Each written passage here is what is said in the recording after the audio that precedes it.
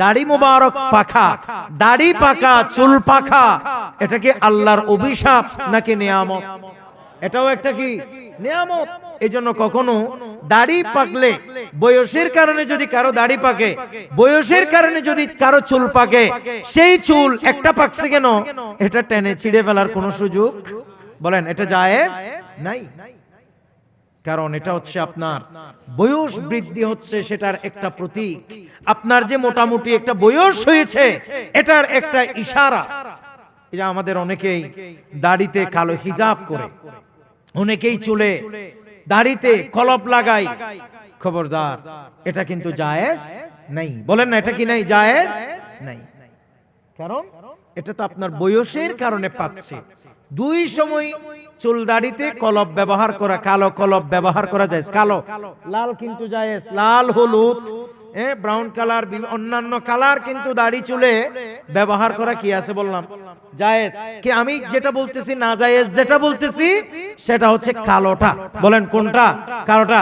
এমনকি সেই কালো হিজাব, কালো কলফও ব্যবহার করা জায়েজ দুই শ্রেণীর মানুষের জন্য। সবাই বলেন কয় শ্রেণী? দুই শ্রেণী। এক তো হতে হবে মুজাহিদ, যুদ্ধে যাচ্ছে, তাকে যেন দুশমনেরা বৃদ্ধ মনে না করে, দুশমনেরা যেন মনে করে ও তো একজন যুবক আসতেছে, আমি তার সাথে পারবো না, সেটা বলে সে যেন পালিয়ে যায়। এই জন্য মুজাহিদের জন্য যুদ্ধের ময়দানে কালো হিজাব, সাদা দাড়িতে সাদা দাড়িকে কালো করে ফেলা, এটা তার জন্য জায়েজ। আর একটা হচ্ছে বয়স কম। বলেন না আরেকটা কি? বয়স কম। মনে করেন মাত্র বয়স হলো 25 বছর। আজকাল অনেক মানে বাচ্চাদের বা অনেক ছেলেদের দেখবেন মাত্র 20 বছর 25 বছরে কি পায় কি যাচ্ছে, চুল দাড়ি পেকে যাচ্ছে, এখনো বিয়ে শাদী করে নাই। এমত অবস্থায় সে যদি একটা বিবি খুঁজতে যাইও, তাহলে তার বিবি কিংবা তার যে শ্বশুর বাড়ি, তারা তো সবাই বলবে এক হয়ে গেছে, বুড়ো হয়ে গেছে। কথা বলেন না ভাই, কি হয়ে গেছে? বুড়ো হয়ে গেছে। তাহলে সে কি একটা ভালো মেয়ে পাওয়ার সম্ভাবনা আছে? নাই। ওই সম্ভাবনাটা অনেকাংশে দুনিয়াবি দৃষ্টিকোণে কমে গেছে। তো এই জন্য ওই বয়স অল্প হবার পরেও সে যদি এখন চুল দাড়ি এগুলো যদি পাকাই রাখে, তাহলে মানুষ তার থেকে ধোঁকা খাবে। বয়স হয়েছে 20, মানুষ মনে করবে 50। এই জন্য ওই ধোঁকা থেকে মানুষকে হেফাজত করার জন্য তার চুল দাড়িতে কালো হিজাব কিংবা কালো কলপ ব্যবহার করা কি আছে? জায়েজ আছে। কিন্তু অন্যথায় বয়সের বারে স্বাভাবিক নিয়মে, সাধারণ পদ্ধতিতে, স্বাভাবিকভাবে যদি কারো চুল দাড়ি পাকে, তাহলে এটা লুকানোর কোনো সুযোগ, কথা বলেন, লুকানোর কোনো সুযোগ নাই। আল্লাহ আমাদেরকে বুঝার তৌফিক দান করুক। নবী ইব্রাহিম খলিলুল্লাহ আলাইহিস সালাতু ওয়াস সালাম তিনি বলে গেছিলেন একটা কথা, সবার মনে আছে তো নাকি? কি বলছেন? বলে তোমার স্বামী আসলে ঘরের চৌকাঠটা কি করে ফেলবা, বদলাই ফেলতে বলবা। প্রিয় ভাইয়ের আমার, ইব্রাহিম খলিলুল্লাহ আলাইহিস সালাতু ওয়াস সালাম চলে গেলেন। আর ইত্তবসরে ইব্রাহিমের বেটা আল্লাহর আরেকজন প্রখ্যাত নবী ইসমাঈল আলাইহিস সালাম ঘরের মধ্যে আসলেন। স্ত্রীকে বললেন, মেহমান যিনি আসছিলেন, তুমি যার কথা বলছো তিনি অন্য কেউ নয়, তিনি ছিলেন আমার বাবা আল্লাহর নবী ইব্রাহিম খলিলুল্লাহ। সুবহানাল্লাহ বলেন। বলে আমাকে বলো, আমার বাবা কোন ধরনের ওসিয়ত নসিহত তোমারে করছে কিনা? বলে হ্যাঁ হ্যাঁ, তোমার বাবা, আপনার বাবা এখান থেকে যাবার সময় একটা কথা বলে গিয়েছেন, আর সেটা হলো ঘরের চৌকাঠ পাল্টাইতে বলেছেন। ইব্রাহিম খলিলুল্লাহ আলাইহিস সালাতু ওয়াস সালাম বলে দিয়েছে, ইব্রাহিম খলিলুল্লাহ যে বলেছেন ঘরের চৌকাঠ পাল্টাইতে, এই কথা ইসমাঈল আলাইহিস সালাম শোনার সাথে সাথে বললেন, ওগো আমার বিবি, আমার বাবা যে ঘরের চৌকাঠ পাল্টাইতে বলেছেন, সেটার মানে হলো আমি যেন তোমাকে আল্লাহর নাফরমানির কারণে তালাক দিয়ে দিই। সুবহানাল্লাহ বলেন। আল্লাহর নবীগণ কিভাবে বাবাদের ইতাআত করেছে, কিভাবে অনুকরণ করেছে, বাবা মায়ের কথা কিভাবে মেনেছেন।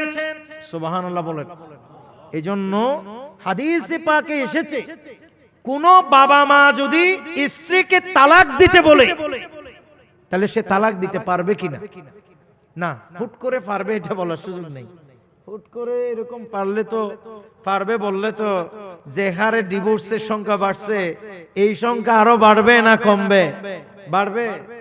হুট করে এটা বলেছেন সৈয়দনা ইব্রাহিম খলিলুল্লাহ আলাইহিস সালাম। এবং আমাদের বাবা, দুই বাবা কি সমান নাকি? কথা বলেন, দুই বাবা কি সমান? সৈয়দনা ইব্রাহিম খলিলুল্লাহ আলাইহিস সালাতু ওয়াস সালাম তিনিও আমাদের সমগ্র মুসলিম জাতির পিতা। আল্লাহ পাক সুবহানাহু ওয়া তাআলা কুরআনুল কারীমে বলেছেন মিল্লাতা আবিকুম ইব্রাহিমা, বলে আমার ইব্রাহিম হচ্ছে সমগ্র মুসলিম জাতির পিতা। একটু জোরে বলুন না সুবহানাল্লাহ। কোন জাতির পিতা?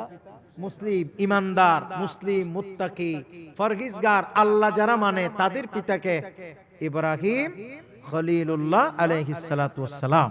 তা আমাদের বাবার বুস আর ইব্রাহিম নবীর বুস কি সমান? কথা বলেন, সমান না।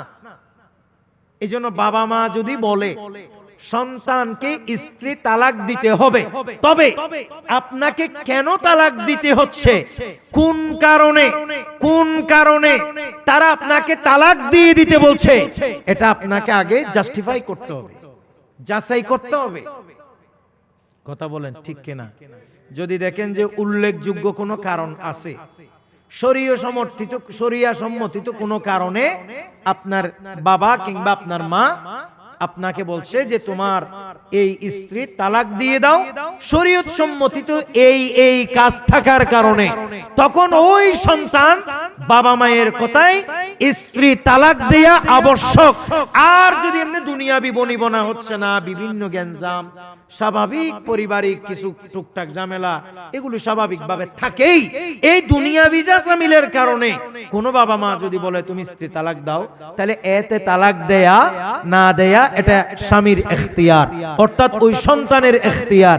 তিনি চাইলে দিতেও পারেন, আবার তিনি চাইলে রাখতেও পারেন। তবে তারপরেও ওই স্ত্রীর বাহানায় কিংবা যে কোনো বাহানায় বাবা মার সাথে খারাপ আচরণ করতে পারে না। প্রিয় ভাইরা আমার, নবী করিম সাল্লাল্লাহু তাআলা আলাইহি ওয়াসাল্লামের স্পষ্ট হাদিসে এসেছে, একটা নয়, দুইটা নয়, অসংখ্য হাদিসে আমার নবী বলেছেন, বলে যেই সন্তান সন্ততির উপর বাবা মা রাজি, ওই সন্তানের সন্ততির উপর আল্লাহ তাআলা রাজি।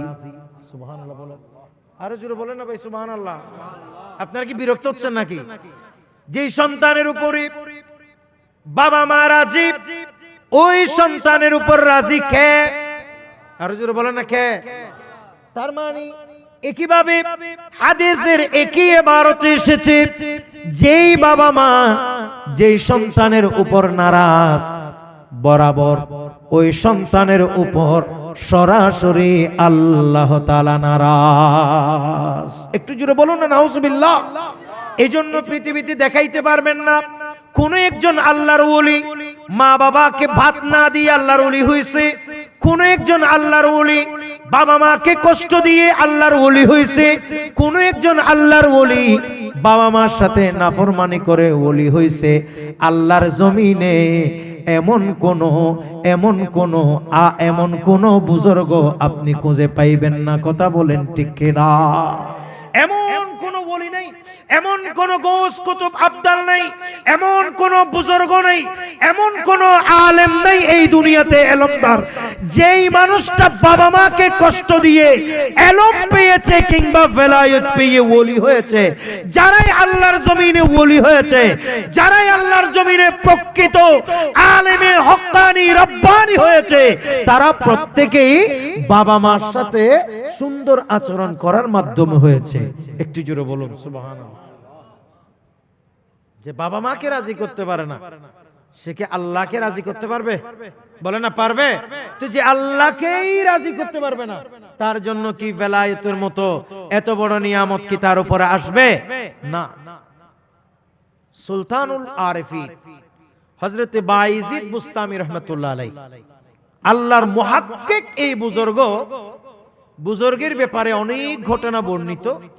তন্মধ্যে একটি ঘটনা এভাবেই বর্ণিত হয়েছে আপনার নুজহাতুল মাজালিস কিতাবে আল্লামা আব্দুর রহমান সৌফুরি আলাইহি রহমা তিনি বর্ণনা করছেন সুলতানুল আরিফিন বাইজিদ বুস্তামি ইন্তেকালের পর একদিন তাকে এক মুরিদ স্বপ্ন দেখেছে। সুবহানাল্লাহ বলবেন না? কি দেখছে? স্বপ্ন। তবে একটা জিনিস মনে রাখবেন, স্বপ্ন কোনো সাধারণ মানুষের স্বপ্ন শরীয়তের দলিল নয়। বলেন, সাধারণ মানুষের স্বপ্ন শরীয়তের কি নয়? দলিল নয়। তবে হ্যাঁ, কিছু কিছু বুজুর্গানে দ্বীন যারা দৃশ্যমানেই বুজুর্গ, যাদের বুজুর্গিয়তের কথা সব দিকে ছড়িয়ে আছে, কিংবা যাদের ঈমানের কথা, যাদের তাকওয়া পরহেজগারির কথা সব দিকে ছড়িয়ে আছে, এমন কোন ব্যক্তি বিশেষকে যদি কেউ স্বপ্ন দেখে ভালো, তাহলে যেভাবে দেখছে ঠিক সহবহু সেভাবে এটা বর্ণনা করা কি আছে? জায়েজ আছে। বললাম বাইজিদ বুস্তামি রহমাতুল্লাহকে স্বপ্ন দেখেছেন, তার একজন কি বললাম মুরিদ। কেমন স্বপ্ন দেখেছে? দেখতেছে সুলতানুল আরিফিন বাইজিদ বুস্তামি রহমাতুল্লাহ আলাইহি বিছানার মধ্যে শোয়া, স্বর্ণের পালঙ্কে শোয়া, চতুর্দিকে জান্নাতি পরিবেশ এবং তাকে চতুর্দিকে জান্নাতি নাজ নিয়ামত দিয়ে তাকে ভরপুর করে রেখেছে। এবং দেখতেছে জান্নাতের গিলমানেরা তাকে পাকা করছে। নূরানি জান্নাতের যারা নূরানি শিশু, যারা খাদেম থাকবে, খুদ্দাম থাকবে, তাদেরকে বলা হয় গিলমান। বলেন তাদেরকে কি বলে? গিলমান। এই গিলমানেরা সুলতানুল আরিফিন বাইজিদ বুস্তামি রহমাতুল্লাহ আলাইহি কি করতেছে? পাকা করছে। প্রিয় ভাইরা আমার, হযরত বাইজিদ বুস্তামি রহমাতুল্লাহ আলাইহির মুরিদ জিজ্ঞেস করলেন, আইস আমার পীর মুর্শিদ, আমি আপনাকে দেখতে পাচ্ছি স্বর্ণের পালঙ্কের মধ্যে শুয়ে আছেন, জান্নাতি বিছানায় আরাম করছেন, গিলমানেরা চতুর্দিক থেকে আপনার খেদমতে নিয়োজিত। হুজুর, আমি আপনার কাছে জানতে চাই আপনি এই মর্যাদা, এই মার্তবা কিভাবে অর্জন করেছেন? সুবহানাল্লাহ বলেন। এই মার্তবা, এই মর্যাদা আপনি কিভাবে অর্জন করেছেন? কিভাবে আপনি এই মর্যাদা পাইলেন? একথা বলার সাথে সাথে হযরত সুলতানুল আরিফিন বাইজিদ বুস্তামি রহমাতুল্লাহ আলাইহি বললেন, হে আমার মুরিদ, আমার কাছে তুমি জানতে চেয়েছো আল্লাহ আমাকে জান্নাতে কোন কারণে এত নিয়ামত দেন, এটা তুমি আমার কাছ থেকে জানতে চাইলা। আর তোমাকে আমি স্পষ্ট বলে দিলাম, এই যে নিয়ামত আমি পেয়েছি এটা মূলত এটা আমার মায়ের দোয়ার বরকতে। সুবহানাল্লাহ বলেন। কার দোয়ার বরকত? মায়ের। বলে কিভাবে? বলে একদিন আমার মা অসুস্থ। বলেন একদিন আমার মা অসুস্থ, ও পানি আনি দিছে, সেটা না, এটা আরেকটা ঘটনা। তো গভীর রাত, আমার মা হঠাৎ করে আমাকে বললেন, বাবা আমি তো আমার মাথা নিচে রাখতে পারছি না, তুমি পারলে আমার মাথাটার নিচে আরেকটা বালিশ দিয়ে আমার মাথাকে হালকা উঁচু করে দাও। সুবহানাল্লাহ বলবেন না? আপনারা তো এরকম মাঝে মধ্যে মানুষ অসুস্থ হলে এরকম বিভিন্ন সমস্যা, বিভিন্ন কষ্ট রোগীরা বুক করে বয়সের কারণে, রোগের কারণে। বলেন ঠিক কিনা? তো এরকম বাইজিদ বুস্তামি রহমাতুল্লাহ মাও বলতেছে, বেটা আমার মাথাটা একটু নিচে হয়ে গেল বেশি, তুমি আরেকটু হালকা করে মাথাটা উত্তোলন করো, আর সেই মাথার নিচে তুমি একটা কি দাও? বালিশ দাও, বা আরেকটু উঁচু করে দাও মাথাটা। প্রিয় ভাইয়েরা আমার, হযরত সুলতানুল আরিফিন বাইজিদ বুস্তামি রহমাতুল্লাহ আলাইহি বলেন, আমি আমার মায়ের কাছে গেলাম, মায়ের মাথাটাকে হালকা করে তুললাম। বলেন মায়ের মাথাকে হালকা করে তুললাম। তোলার সাথে সাথে আমার মা আমার এই হাতের উপর মাথাটা রেখে দিছে, হাতের উপর মাথা রেখে দিছে। মাথা রাখার সাথে সাথে আমার মা আরাম পাচ্ছে বুঝি। আমার মা চোখ দুটি বন্ধ করে ফেলেছে, অর্থাৎ আমার হাতের উপর আমার আম্মা জান ঘুমিয়ে পড়েছে। ইত্যবসরে আমি আর এখনো মায়ের মাথার নিচে বালিশ আর দিলাম না, কারণ আমি যদি বালিশ দিতে গিয়ে আমার মার যদি ঘুমটা আবার যদি ভেঙে যায়, মায়ের মনে কষ্ট পাবে, কাজে আমি মাকে কষ্ট দিতে চাই না। এই কথা বলার সাথে সাথে সুলতানুল আরিফিন বাইজিদ বলে আমি আল্লাহর কোরআনের সূরা ইখলাস পড়তে শুরু করে দিলাম। সুবহানাল্লাহ বলেন। একদিকে আমি বসাতেও নই, দাঁড়ানোর মধ্যেও নই। কথা কি আপনারা বুঝতেছেন? আমি বসানোর মধ্যেও না, দাঁড়ানোর মধ্যেও না, হালকা করে এ কুজু অবস্থায় আমার মায়ের মাথার নিচে কি দিয়েছি আমি, মানে হাতটা রেখেছি। আমার মা মনে করছেন হাত এটাই বালিশ। আমার মা খেয়াল না করে আমার হাতের মধ্যে মাথা রেখে আমার মা আরাম করছেন। সুবহানাল্লাহ বলেন। আমার মা আমার হাতের উপর কি করছেন? আরাম। এখন আমি অবাক হয়ে গেলাম যে আমার মা তো আমার হাতের মধ্যে আরাম পাচ্ছে বুঝি, কাজে আমার মাকে আর কষ্ট দিতে চাই না। বলে না, আমার মাকে আর কষ্ট দিতে চাই না। এভাবে একবার দুইবার আমি পড়তে পড়তে 1000 বার পড়লাম সূরা ইখলাস। সুবহানাল্লাহ বলেন না ভাই। সূরা কি? ইখলাস। কোনটা এটা? আউযু বিল্লাহি মিনাশ শাইতানির রাজীম। বিসমিল্লাহির রহমানির রহিম। কুল হুয়াল্লাহু আহাদ আল্লাহুস সামাদ লাম ইয়ালিদ ওয়া লাম ইউলাদ ওয়ালাম ইয়াকুল লাহু কুফুয়ান আহাদ। একটু জোরে বলুন না সুবহানাল্লাহ। এটাকে বলা হয় সূরা ইখলাস। বলে এই সূরা ইখলাস পড়তে শুরু করলাম আমি। এভাবে পড়তে পড়তে প্রায় 1000 বার পড়ে ফেললাম। আল্লাহু আকবার বলেন। কয়বার? 1000 বার আমি সূরা ইখলাস পড়লাম। শুধু 100 বার লা ইলাহা ইল্লাল্লাহ পড়তে কতক্ষণ সময় লাগে? সেখানের মধ্যে 100 বার 200 বার নয়, আমি 1000 বার পড়লাম সূরা ইখলাস। হঠাৎ করে আমার মায়ের ঘুম ভেঙে গেছে। দেখতেছে আমাকে অর্ধ ঝুঁকানো অবস্থায়। আমি নয় বসাতে, নয় দাঁড়ানোতে, আমি অর্ধ রুকুর মতো করে হালকা করে কুজু অবস্থায়, এই অবস্থায় আমার মায়ের খেদমতে আমি দীর্ঘ সময় কাটিয়ে দিয়েছি। হঠাৎ আমার মায়ের ঘুম ভেঙে গেল। সুবহানাল্লাহ বলেন। হঠাৎ করে আমার মায়ের ঘুম ভেঙে গেল। প্রিয় ভাইরা আমার, তখন মা আমাকে ডাক দিলেন। সুলতানুল আরিফিন বাইজিদ বুস্তামি রাহমাতুল্লাহ আলাইহির আসল নাম ছিল তাইফুর। হযরতে তাইফুরকে মা ডাক দিলেন। ডাক দিয়ে বললেন, বেটা তুমি এভাবে এখনো এই অবস্থায় কেন দাঁড়িয়ে আছো? বলে, মা আমার, আমি যখন তোমার মাথায় বালিশ দিতে বলছিলা সে সময় বালিশ দিতে পারি নাই, শুধু হাত দিয়েছিলাম। আমি দেখতে পেলাম তুমি আমার হাতে আরাম পাচ্ছ, ঘুমিয়ে পড়েছো। কাজেই তুমি মায়ের ঘুম ভেঙে যাবে, তোমার মনে কষ্ট আসবে। সেজন্য আমি একটু কষ্টকর হলেও সহ্য করেছি, তোমাকে একটু শান্তি দেবার জন্যে। একথা বলার সাথে একজন মা যদি সন্তানের কোনো কষ্ট কি মা সহ্য করতে পারে? বলে না, পারে না।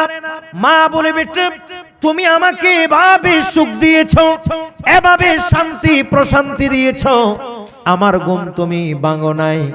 বেটা আমি তোমার জন্য আল্লাহর দরবারে দোয়া করছি, আই রাব্বি কারীম, তুমি আমার সন্তান যেভাবে আমাকে দুনিয়াতে সুখ দিয়েছে, শান্তি দিয়েছে, আমার মনে কষ্ট পাবে বলে যেভাবে আমাকে বিছানায় শান্তি দিল, আল্লাহ তুমি আমার সন্তানটা মৃত্যুর পরে জান্নাতের হুর গেলমানের দ্বারা আমার সন্তানকে তুমি সুখ দিবা, শান্তি দিবা। আজকে হে আমার মুরিদ, তুমি যে জান্নাতি নাজ নিয়ামতে ডুবন্ত অবস্থায় আমারে দেখলা, এটা হলো আমার আম্মা জানের দোয়া। আরো জোরে বলেন।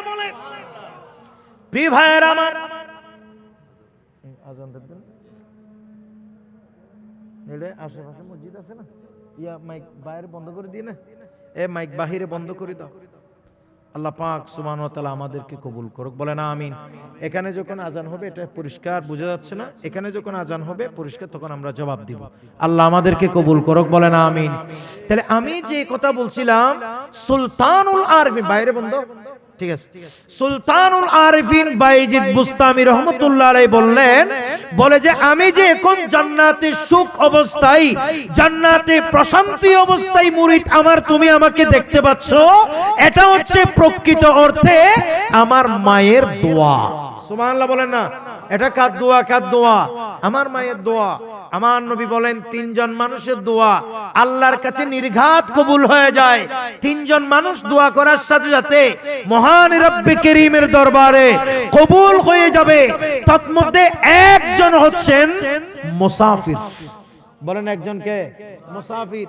দুই নম্বরে দ্বিতীয় নম্বরে যার দোয়া নির্ঘাত মহান রব্বে করিমের দরবারে কবুল হয়, এটা এক হাদিসের ভিতরে আছে আর কি, একই হাদিসের ভিতরে বলে 2 নম্বরে হলো মজলুম। বলেন না কে? মজলুম। 3 নম্বরে সন্তানের জন্য পিতামাতার দোয়া। সর্বসাকুল্যে তিনজন মানুষের দোয়া নিশ্চিত আল্লাহর দরবারে বেলা হিজাবে কবুল হয়ে যায়। একজন হলো মুসাফির, 2 নম্বরে হলো একজন হলো 1 নম্বরে হলো মুসাফির, 2 নম্বরে হলো মজলুম, যাকে মানুষ জুলুম করে, অন্যায় করে, যার উপর অবিচার করে। 3 নম্বরে সন্তান সন্ততির জন্য পিতামাতা যখন দোয়া করে, তার মানে আপনার মা যেমনই হোক আপনার জন্য মা, আপনার বাবা যেমনই হোক আপনার জন্য বাবা। কাজেই আপনি সন্তান হিসেবে আপনার দায়িত্ব হচ্ছে বাবা মায়ের সমালোচনা করা নয়, বাবা মায়ের ভুল ধরে দেয়া নয়, বাবা মাকে মনে কষ্ট দেয়া নয়। যখন যে অবস্থায় থাকুক না কেন, সব কষ্ট সহ্য করে হলেও দুনিয়াবি টুকটাক যা মিলা কষ্ট একটু আপনাকে দিলেও সেটা সহ্য করে আল্লাহর কাছে ধৈর্য ধরবেন। মা বাবা যে অন্তর থেকে যদি আপনার জন্য যেদিন যেই দোয়া করবে, সাথে সাথে মহান রব্বে করিমের দরবারে সেই দোয়া কবুল হয়ে যাবে। একটু জোরে বলুন সুবহানাল্লাহ। এই জন্য বাবা মার দোয়া নেওয়া দরকার আছে না নাই? জোরে বলেন আছে না নাই? মা কেন এতই দামি জানে না সকলে, জানতো যদি পড়তো দেখে কোরআন হাদিসে কোলে। মকবুল গজের সওয়াবে মিলে, মকবুল গজের সওয়াবে মিলে, মাকে একবার দেখিলে দেখিলে, মা কেন এতই দামি জানে না সকলে। সালাতুন ইয়া সালামুন ইয়া হাবিবাল্লাহ। আল্লাহর ওলি বাইজিদের বিরল ঘটনা, মায়ের সেবা ছিল তাহার উত্তম নমুনা। আল্লাহর ওলি বাইজিদের বিরল ঘটনা, মায়ের সেবা ছিল তাহার উত্তম নমুনা। সেই মাকে কষ্ট দিলে, সেই মাকে কষ্ট দিলে, খোদার আরো সটলে সটলে, মাকে নয় এতই দামি জানে না সকলে। সালাতুন ইয়া সালামুন ইয়া হাবিবাল্লাহ। এবার সকলে বলেন না মারহাবা। যাই হোক, আর বেশি ওয়াজ করব না, কথা আমার শেষ দিকে। আমি যে কথাটা বলতে চাচ্ছি যে মাশাআল্লাহ আজকে আপনাদের অনেক বক্তা, এগুলো ওনাদের নাম তো আমি ধরি নাই, কারণ এগুলো এক একজন বড় বড় মাহফিল, একজনে সুবাইতেছে এরকম বক্তা। সকলে বলেন না মারহাবা। আমি ছাড়া এখানে যত বক্তা আসছে আজকে সবাই বড় বড় আলেম, মাশাআল্লাহ অনেক বড় বড় তারা বুজুর্গ আলেমরা আপনারা মাশাআল্লাহ আজকে দাওয়াত দিয়েছেন, ওনারা প্রত্যেকেই আপনাদের মাহফিলে বয়ান করবে। সবাই বলেন ইনশাআল্লাহ। সবাই ওয়াজ করবে, তাকরীর করবে। কাজে আপনারা অত্যন্ত ধৈর্য এবং ভালোবাসা নিয়ে কথাগুলো শুনবার চেষ্টা করবেন। আমি কথা বাড়াবো না, আমি আপনাদেরকে শুধু যে কথা দিয়ে আমি শুরু করছিলাম সে কথাতেই এখনো আছি। সেটা হচ্ছে বাবা মায়ের খেদমত করা আমাদের জন্য, পিতা মাতার প্রতি আমাদের জন্য, আমাদের প্রত্যেক সন্তানের তাজিম করা এটা প্রত্যেক সন্তানের জন্য কি ফরজ। সুবহানাল্লাহ বলেন, এটা কি ফরজ। এজন্য কখনো করবেন না যে বিবাহ করছেন কিংবা করেন নাই, বিবাহের আগে কিংবা পরে বাবা মাকে কষ্ট দেওয়ার কোনো সুযোগ, কথা বলেন, কোনো সুযোগ নাই। আপনারা লক্ষ্য করছেন সাম্প্রতিক এই যে বিভিন্ন জায়গায় বৃদ্ধাশ্রম খোলা হচ্ছে, বলেন না কি খোলা হচ্ছে? বৃদ্ধাশ্রম। এবং বৃদ্ধাশ্রম কিন্তু একটাও খুব বেশি খালি নাই। দেখবেন যে সেখানে বৃদ্ধ বৃদ্ধারা এসে ভরপুর হয়ে গেছে অলরেডি, কথা বলেন ঠিক কিনা? আচ্ছা, তাদের কি বাবা মা নাই? বলেন না, তাদের কি ছেলে সন্তান নাই? আছে। তারা কিন্তু ছেলে সন্তানের বাবা মা। একটা জিনিসের জন্য শুধু আমি আপনাদেরকে শুধু একটা জিনিস বোঝাবার জন্য আমি আপনাদেরকে বলছি, আমি যত বৃদ্ধাশ্রমের যত ইন্টারভিউ দেখলাম, যত বৃদ্ধাশ্রমের বাবা মাদের ভিডিও আমার চোখে পড়ছে, আমি যা দেখলাম বেশিরভাগ বাবা মারা হচ্ছে সন্তানদেরকে বড় বড় জেনারেল শিক্ষায় শিক্ষিত করেছে, ইংলিশ মিডিয়ামে পড়িয়েছে, তাদের সন্তানদেরকে বিদেশে পড়িয়েছে। কেউ করেছেন ইঞ্জিনিয়ার, কেউ করেছেন ডাক্তার, কেউ করেছেন ব্যাংকার, কেউ করেছেন মানে আইনজীবী, কেউ করেছেন এই, কেউ করেছেন সেই, বিভিন্নভাবে দুনিয়াবি শিক্ষায় শিক্ষিত করে সন্তানদেরকে লাখপতি বানিয়েছে, সন্তানদেরকে কোটিপতি বানিয়েছে। সেই কোটিপতি সন্তানেরা, লাখপতি সন্তানেরা নিজেকে, নিজের ছেলে মেয়েদের কিংবা স্ত্রী পরিবার নিয়ে এত ব্যস্ত হয়ে গেছে, বাবা মাকে সময় দেবার সময় নাই। কেউ ঘৃণা করে, কেউ সময়ের অভাবে পিতা মাতাকে এক সময় কোথায় দিয়ে আসছে? বৃদ্ধাশ্রমে দিয়ে আসছে। একটু জোরে বলবেন না নাউজুবিল্লাহ। আজ সেখানে তাদের মানবেতর জীবন যাপন করছে, সেখানে তারা ইচ্ছে মতো, ইচ্ছে করলে চাইলে সন্তানের মুখ দেখতে পারে না, ইচ্ছে করলেই চাইলে তারা নাতি নাতনির মুখ দেখতে পারে না। বলেন না ঠিক নেবে ঠিক? তাহলে এগুলা একটা জিনিস, এখান থেকে একটা জিনিস শিখেন। আমি যে কথাটা বলতে চাচ্ছি সেটা এখনো বলিনি। সেটা কি? যারা বৃদ্ধাশ্রমে আছে, একটা দুইটা নয়, আপনি 100 ভিডিও দেখেন, সেখানে কোনো আলেমের মা দেখবেন না, কথা বলেন না ঠিক নেবে ঠিক? সেখানে কোনো আলেম, মসজিদের ইমামের কোনো মা বৃদ্ধাশ্রমে নাই, কোন একজন আলেমের মা বৃদ্ধাশ্রমে নাই, যার মধ্যে ইলমে দ্বীন আছে, যে আল্লাহ চিনে, যে রাসূল চিনে, বিশেষ করে যে আহলে সুন্নাহ ওয়াল জামাতের আকীদা লালন করে, এরকম কোন সুন্নি পরিবারের কোন মহিলা, কোন পুরুষও বৃদ্ধাশ্রমে নাই, আপনি দেখবেন না। এগুলো এখানে কারা আছে? যাদের সন্তানদেরকে ওই যে বললাম দুনিয়াবি বড় বড় শিক্ষায় শিক্ষিত করছে। তাই মুজাফফরপুরবাসী, আমাদের চট্টগ্রামের হাটহাজারীর অসম্ভব সচেতন মানুষ আপনারা, এবং এগুলো অসম্ভব শিক্ষিত মহল এবং মার্জিত একটা পরিবেশে আপনারা বেড়ে উঠছেন। আমি আপনাদেরকে অত্যন্ত বিনয়ের সাথে বলি, আপনাদের সন্তানদেরকে আপনারা মুজাফফরপুর হামিদিয়া, নজিরিয়া, সুন্নিয়া মাদ্রাসার মতো এইরকম সুন্নি প্রতিষ্ঠানে ভর্তি করানো দরকার।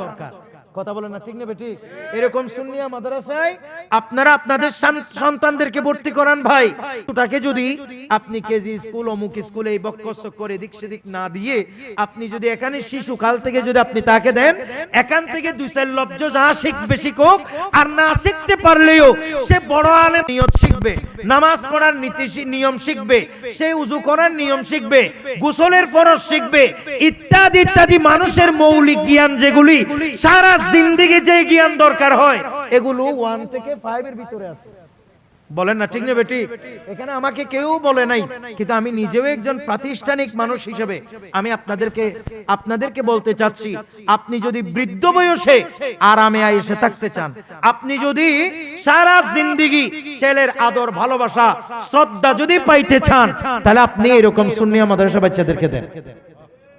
কথা বলেন না ঠিক নেবে ঠিক? কারণ আমরা অনেক দেখছি, সে আলেম হয় নাই কিন্তু বাবা মার ভক্ত হইছে, বলে না বাবা মার কি হয়েছে, বক্তা হয়েছে। কেন? সে এক সময় মাদ্রাসায় পড়ছে, আলেম হয় নাই সে, কিন্তু আলেমের সুহবতে থাকছে। সুবহানাল্লাহ বলেন। সে কার সুহবতে থাকছে? আলেমের সুহবতে থাকছে।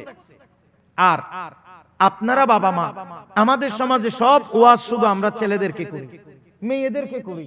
ছেলে মেয়েদেরকে বলি তোমরা তোমাদের বাবা মার সাথে সুন্দর আচরণ করো, কিন্তু আরেকটা ওয়াজ তো আমাদের করা উচিত। সেটা কি? সেটা বাবা মা হিসেবে ছেলে মেয়েদের উপর কিছু দায় দায়িত্ব আপনাদের আছে না নাই? কথা বলে না, আছে না নাই? নাকি শুধু এটা আপনি বাবা হইছেন, মা হইছেন, শুধু তারা আপনাকে সেবা যত্ন করে যাবে, আপনার কোনো দায়িত্ব নাই? এটার নাম ইসলাম নয়। বরং আপনারও কিছু দায় দায়িত্ব আছে। সেই দায় দায়িত্ব কি? আপনি আপনার ছেলে মেয়েদেরকে ইসলামী শিক্ষায়, নৈতিক শিক্ষায় শিক্ষিত করা, এটা প্রত্যেক বাবা মার জন্য ওয়াজিব। একটু জোরে বলবেন না সুবহানাল্লাহ? এটা প্রত্যেক বাবা মার জন্য কি? ওয়াজিব, আবশ্যক। কে আপনি ছেলেকে যদি আল্লাহ না চিনান, ছোটবেলায় রাসূল না চিনান, যেই ছেলে আল্লাহ চিনবে না, রাসূল চিনবে না, বড় হইলে সেই ছেলে কি আপনাকে চিনবে? কথা বলেন। এই জন্য ছোট অবস্থায় আপনারা তাদেরকে ফুরকানিয়ে দেন, আমাদের সুন্নি নুরানি তে ভর্তি করাই দেন, আমাদের এই মির্জাপুর আপনার হামিদিয়া নজরিয়া সুন্নিয়া মাদ্রাসা ভর্তি করে দেন। কথা বলেন, দরকার আছে না নাই? আমরা দেখছি এই যে বিগত কিছুদিন আগে কোন একটা জায়গায়, সম্ভবত চট্টগ্রামে, আমি ভিডিও দেখলাম, এক বাবা মারা গেছে। বলেন না, এক বাবা মারা গেছে, ছেলে মেয়ে সম্ভবত বেচারার দুই পরিবার। তো দুই পরিবারের ছেলে মেয়েরা মিলে বাবার লাশ দাফন করতে দিচ্ছেন। কথা বলেন, ঠিক কিনা? এখানে আপনারা কিভাবে নিছেন বিষয়টাকে আমি জানি না। আমি আপনাদেরকে যে বিষয়টা বোঝাতে চাচ্ছি, আমি পুরো ভিডিও দেখে আমি স্তব্ধ হয়ে গেলাম যে ওই ভদ্রলোক যিনি মারা গেছেন, এমনও হতে পারেন যে আমার এই ওয়াজ তাদের আত্মীয় স্বজন বা কেউ শুনতেও পারে, কিন্তু আমি যেটা বিবেচনা করলাম সেই ভিডিওর কথার উপর ভিত্তি করে, আমি তো আসল জানি না, আসল কথা আমি জানি না। সেখানে কি করছে ওই ভদ্রলোক? এক পরিবারের ছেলে মেয়েদেরকে দেখছে, আরেক পরিবারের ছেলে মেয়েদেরকে ধন সম্পদ দেয় নাই। কথা বলেন না, ঠিক না বেটি? তাহলে তো যদি ঘটনা এটা সত্যি হয়, তাহলে শুধু ছেলে মেয়েদেরকে কেন দোষ দিবেন আপনি? আপনি বাবা মা হিসেবে আপনিও তো একটা জুলুম করেছেন। কথা বলেন না, ঠিক না বেটি? তো আপনি শুধু সেবা পাইতে চান কেন? আপনাকে তো সেবা পাওয়ার মতো রাস্তা করতে হবে ভাই। এখন লাশ আটকাই ফেলছে বলে আমাদের যতক্ষণ আমাদের জমি বুঝিয়ে দিবে না, ততক্ষণ পর্যন্ত আমরা বাবার লাশ ছাড়বো না। তারাও তো মানুষ। এই জন্য প্রত্যেক, আপনি বাবা মা হইছেন বলে আপনার উপর যে অভিশাপ আসবে না, আল্লাহর গজব আসবে না, এটা কখনো মনে করবেন না। এই জন্য সন্তানদের সুন্দর একটা নাম রাখবেন জন্মের পর, এটা আপনার দায়িত্ব। সন্তানদের কানে, ডান কানে আজান, বাম কানে ইকামাত দিবেন, এটা আপনার দায়িত্ব বাবা মা হিসেবে। সন্তানদেরকে ইসলামী আদব কায়দা তাদেরকে শিখাবেন। বিশেষ করে হাদিসে পাকে স্পষ্ট এসেছে নবী করিম সাল্লাল্লাহু আলাইহি ওয়াসাল্লামের ভালোবাসা শেখাবেন, আহলে বাইতে রাসূলের ভালোবাসা শিখাবেন, কোরআনুল কারীমের তিলাওয়াত শিখাবেন। এগুলো ইসলামী আদব, এগুলো বাচ্চাদেরকে শিখাবেন। তারপরে বাচ্চারা যখন বড় হবে, উপযুক্ত বয়সে যাবে, তখন আপনি তাকে সুন্দর, তার আপনার কুফু মিলে মতো, আপনার পরিবার পরিজনের সাথে সমতা বিধান রক্ষা হয় মতো তাকে একটা বিবাহ করাবেন। কথা বলেন, ঠিক কিনা? এগুলো তো বাবা মার দায়িত্ব, কিন্তু আপনি সেই দায়িত্ব কতটুক পালন করছেন এটার উপরেই গঠিত হবে আপনার জিন্দেগি। এই জন্য আমার ওয়াজ কখনো একতরফিও হয় না, আমি উভয় দিকে সামঞ্জস্য রেখে কথা বলবার চেষ্টা করি। কাজেই প্রথমে বললাম প্রত্যেক সন্তানেরা বাবা মার সাথে সুন্দর আচরণ করা ফরজ। শেষে এসে বললাম প্রত্যেক বাবা মাকেও সন্তানের হক বরাবর বুঝাই দিতে হবে, আদায় করতে হবে। আপনি বাবা মা বলে সন্তানের উপর জুলুম করার কোনো অধিকার আল্লাহ আপনাকে দেয় নাই। কাজেই সন্তানদের হক যথাযথভাবে বুঝিয়ে দিবেন। আপনি দুইটা না, বিবাহ চারটা করা আপনার জন্য বৈধ। আপনি বিয়ে করেন, বিয়ে করছেন যে এটা তো কোনো খারাপ না, কিন্তু আপনার যেই বিষয়গুলো, যে কথাগুলো আমরা বর্তমানে শুনছি, এক স্ত্রীর পরিবারের সন্তানদেরকে দেখতে পাচ্ছে আর এক স্ত্রী পরিবারের উপর জুলুম করছে, এটা তো কখনো আল্লাহ মাফ করবে না। কথা বলে না, ঠিক না বেটি? বিয়ে করছেন এটা অপরাধ না, কিন্তু আপনি যে সম্পদের ক্ষেত্রে তাদের উপর জুলুম করছেন এটা অপরাধ। তাদেরকে যে, তাদের প্রতি যে তারতম্য করছেন এটা অপরাধ। আল্লাহ যেন আমাদেরকে বুঝার তৌফিক দান করেন। সব শেষে কথা শেষ করছেন না, আচ্ছা আরো 5 মিনিট। আল্লাহ পাক আমাদেরকে কবুল করুক। একটু দুরূদ শরীফ পড়েন। সালাতুন ইয়া আলাইকুম। সারাক্ষণ জ্বলে যার অন্তরে এই দুনিয়ার সব কিছু তাহার পিছে ঘুরে, তাহার পিছে ঘুরে। এই দুনিয়া লুটে পড়ে, এই দুনিয়া ঝুঁকে পড়ে তাহার কদমে। আমি সর্বক্ষণ জ্বলতে চাই নবী প্রেমের আগুনে। সালাতুন ইয়া।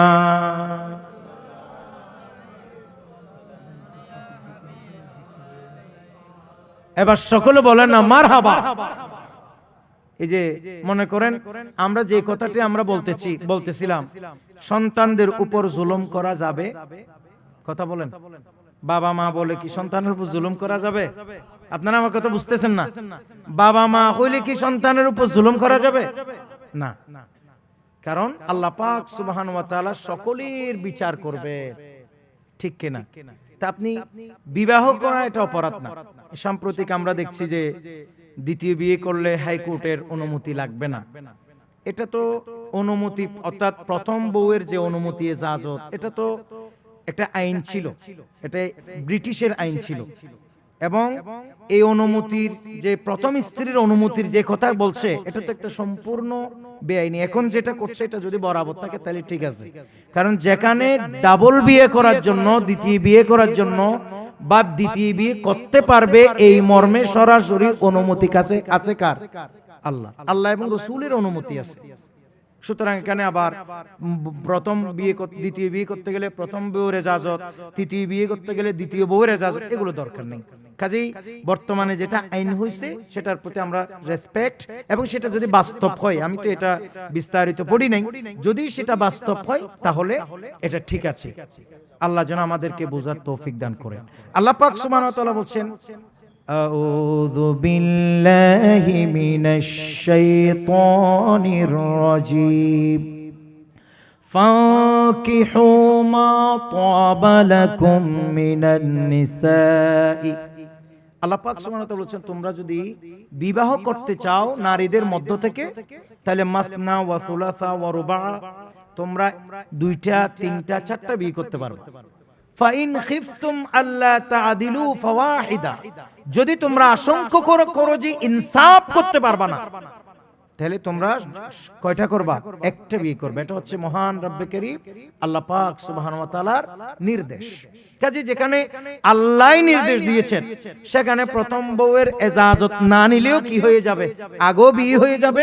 ভবিষ্যতে এই আইন আবার পাশ হলে তবু বিয়ে হয়ে যাবে, যেহেতু আইন দিয়েছেন কে? আল্লাহ।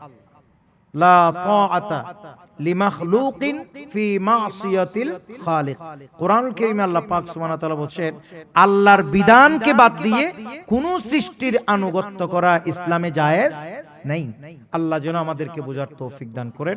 আজকের এই মাহফিলকে আল্লাহ তাআলা কবুল করুক।